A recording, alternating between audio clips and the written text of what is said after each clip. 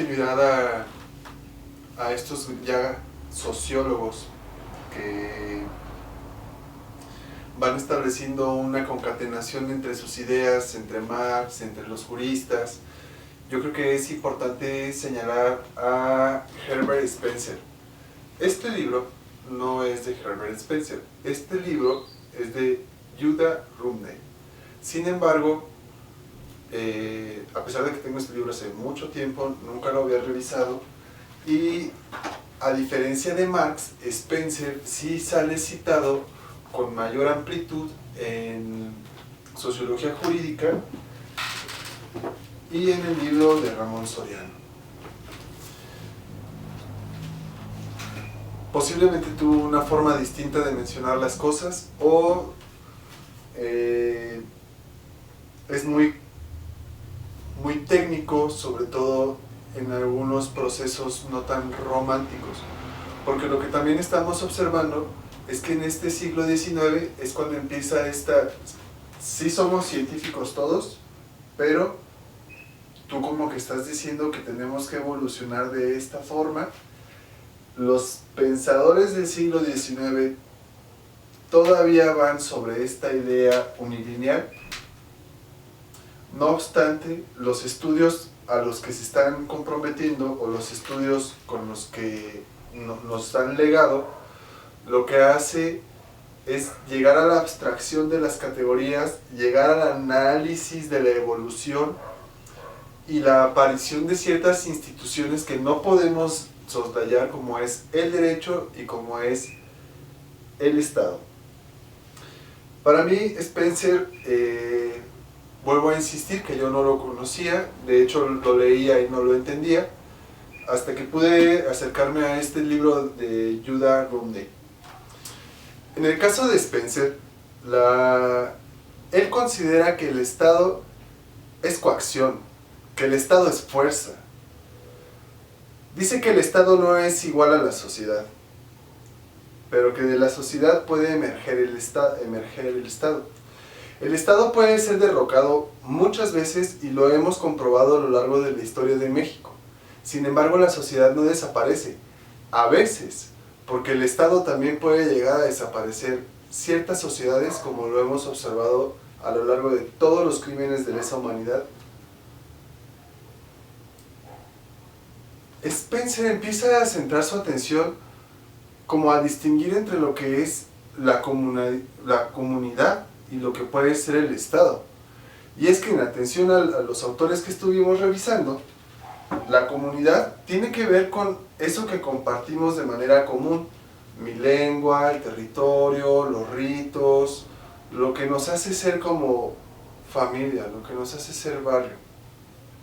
Sin embargo, el Estado es como un ente un poco más grande que anda por ahí y que te ofrece ciertas prerrogativas a partir de papeles impresos. Los límites del Estado están asociados, los límites de la comunidad están asociados con los límites del Estado y con la función de este.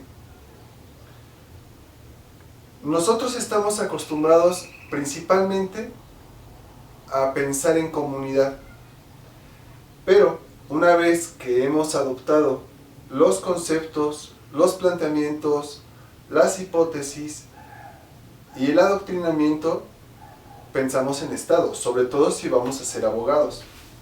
Entonces, me gustaría identificar una situación, sobre todo porque es muy importante. Spencer entiende que el Estado es coacción, que el Estado es fuerza. Ni siquiera está pensando si es justo o no es justo, o sea, nada más dice lo que es.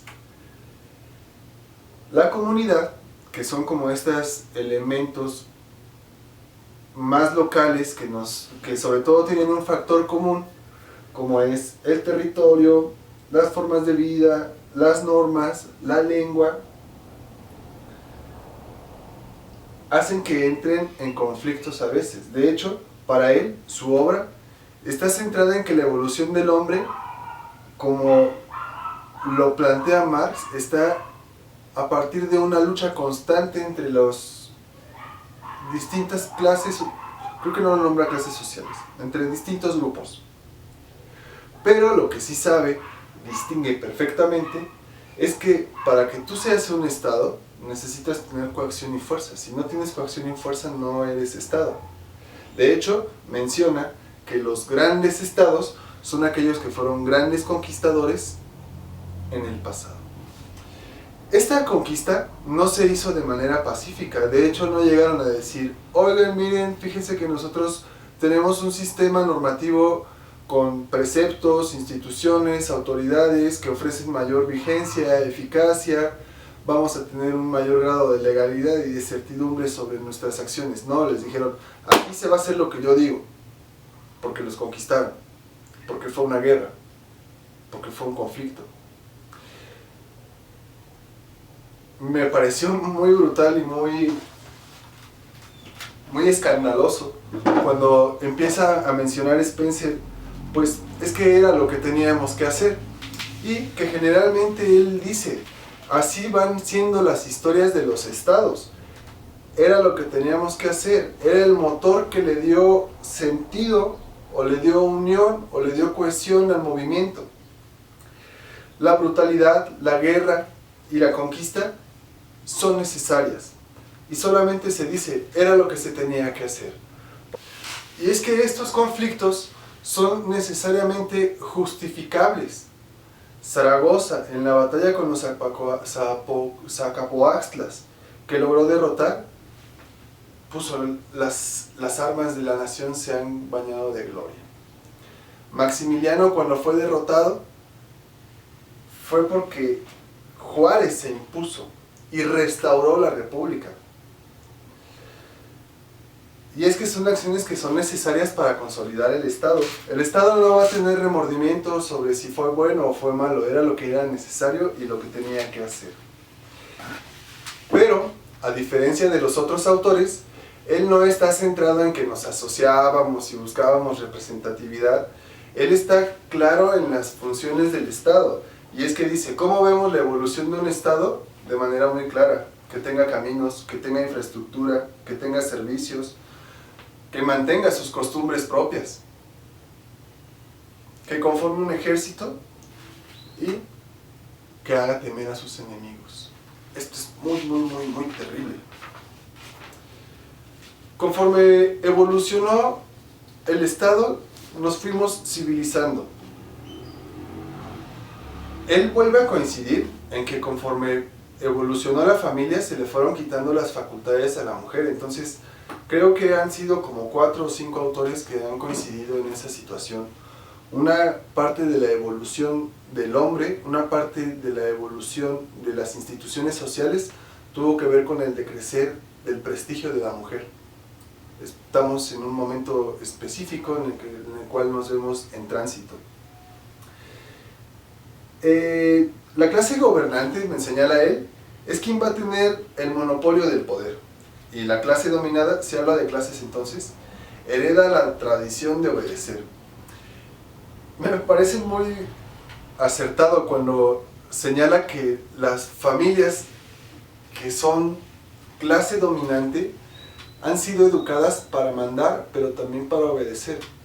Obedecer en no alterar ese sistema, sino mantenerlo así. Las clases oprimidas son educadas para obedecer y seguir obedeciendo, sin pensar.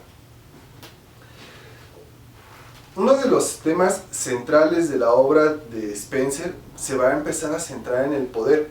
Y a mí me gustó bastante esa situación porque muchas veces lo he señalado de que el derecho a veces no es un conjunto de normas, sino es la capacidad de poder o la capacidad de decisión, dependiendo la disciplina y dependiendo la perspectiva que se esté analizando. Pero él menciona, los gobiernos, aunque basados en el poder, no son por sí mismos poderosos, sino que son los medios de acción del poder. Este poder existía antes de que surgiera el gobierno. Los gobiernos mismos fueron creados por él y siempre continuará siendo el que actúe a través de ellos de una manera más o menos velada. El poder se va concentrando porque el poder existe antes. Las formas de organización estatales o las formas de representatividad que empecemos a tomar ya iban planchadas, para decirlo así. Una de las cosas que sí es muy interesante del pensamiento de Spencer es cuando habla de la estructura política trinitaria. ¿Qué es la estructura política trinitaria? La estructura política trinitaria se refiere a un planteamiento como descriptivo que él hace. Señala que existe una autoridad suprema, y la autoridad suprema en ese momento es quien detenta el poder religioso y quien detenta el poder militar. Que habrá una oligarquía indudablemente, que después señalaremos como cuerpo consultivo. Y todos los demás pues tendrán que organizarse a partir de un cuerpo representativo. En algún momento de este cuerpo representativo se va a tener que desplegar un conjunto de trabajadores que estén al servicio, pero de que será un gabinete, un tribunal, y aquí es cuando ya no encuentro que sea tan trinitaria, porque como que se vuelven 4. Pero bueno, eso es la estructura trinitaria, política trinitaria. Esta sale de lo político porque es aplicación y administración de justicia, pero esa administración y aplicación de justicia siempre está basada en algo que se considera como ley. No importa si es la ley de Dios, si es la ley del rey, si es la ley del hombre, porque en realidad va a ir cambiando en cada momento. En algún momento tendremos una corona, en algún momento tendremos un gorrito como el del Papa, en algún momento tendremos una buenita como la del Che, o habrá un casco de policía, o habrá una peluca como lo de los jueces de por allá. Esto es importante porque es más o menos como él considera que se va estructurando y consolidando la sociedad. Hay algunas partes que no estaba como tan convencido, pero vuelvo a señalar que es como la frialdad con lo que lo cita. La rebelión, señala Spencer, es perversa e inútil, porque es una ofensa contra el gobierno y contra Dios, contra la ley. Mira, obsérvalo. La ley de Dios la formula generalmente, a mí me encantó esta parte, no el Dios cristiano, no el Dios grande. La figuran los muertos que los estamos siguiendo a partir del culto. ¿Cuál es su ley? Seguir su costumbre. También vamos a tener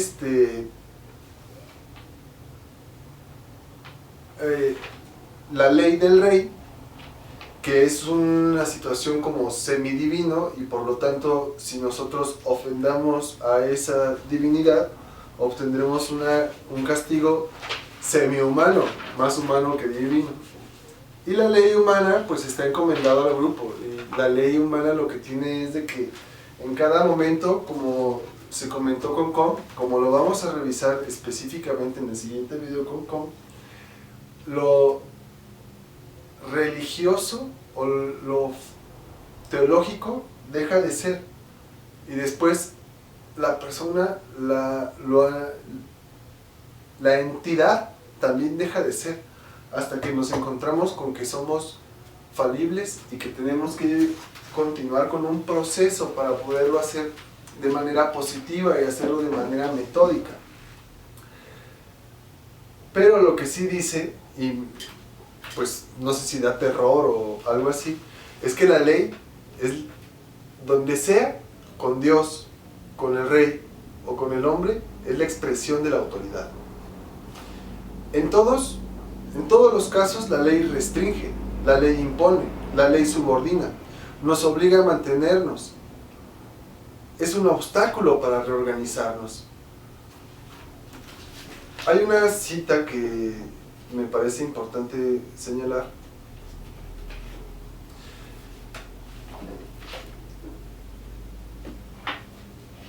si nosotros intentásemos rebelarnos, si nosotros intentásemos volver a rearmar todo el sistema que ha sido conformado durante los últimos 2000 años, o un poquito más, 2500, él escribe: las piedras que componen una casa no pueden ser empleadas para otro objeto hasta que la casa no haya sido demolida. Si las piedras están unidas con mortero, será extraordinariamente perturbador destruir su actual combinación antes de que pueda ser rehecha. Y si el mortero ha invertido siglos en consolidarse, la destrucción de las masas formadas es cosa de tal dificultad que construir con materiales nuevos resulta más económico que reedificar con los viejos. Me has dejado pensando, Spencer, me has dejado pensando bastante.